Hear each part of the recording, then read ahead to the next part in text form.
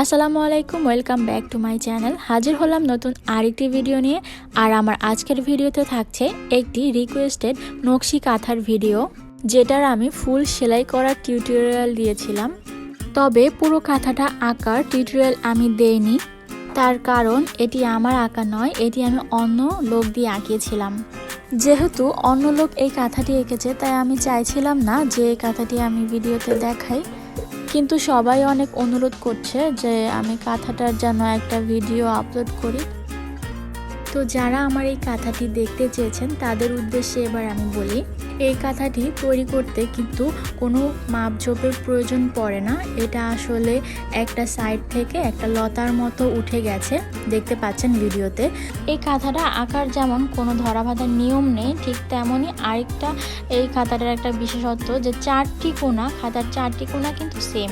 আমি আপনাদের বোঝার জন্য ভিডিওতে দেখাচ্ছি, দেখুন খেয়াল করে। এই খাতাটার চারটি কোণা কিন্তু একদম সেম ভাবে উঠেছে।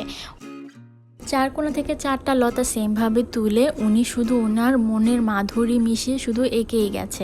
উনি আসলে যেখানেই ফাঁকা পেয়েছে ওখানে একটা পাতা বসিয়ে দিয়েছে, একটা লতা বসিয়ে দিয়েছে। তবে হ্যাঁ, ওনাকে আমি জিজ্ঞেস করেছিলাম যে ফুলটা উনি কীভাবে ফেলেছে। তখন উনি আমাকে বলেছে যে খাতাটা টাক দেওয়ার পরে উনি আগে একটা বাটির সাহায্যে ফুলের ঘরটা উনি আগেই এঁকে নিয়েছে। যেখানে যেখানে উনি ফুলটা ফেলবে ওইখানে বাটি দিয়ে ফুলের ঘরটা উনি আগেই করে নেয়, তারপরে উনি আর কি লতা পাতাগুলো আঁকে।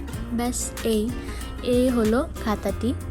এই কাঁথাটি আঁকার জন্য আসলে অনেক প্র্যাকটিস করতে হবে। প্র্যাকটিস করতে করতে আসলে হাত চলে আসবে, একবারে কিন্তু এটা কখনোই হবে না। কাঁথাটি যে আমাকে এঁকে দিয়েছে ওনার হাত কিন্তু অনেক চালু। উনি আমাকে এই কাঁথাটা মাত্র 2 দিনের মধ্যে এঁকে দিয়েছে। আমার এই কাঁথাটা কিন্তু বেশ বড়, 6 হাত বাই 7 হাত।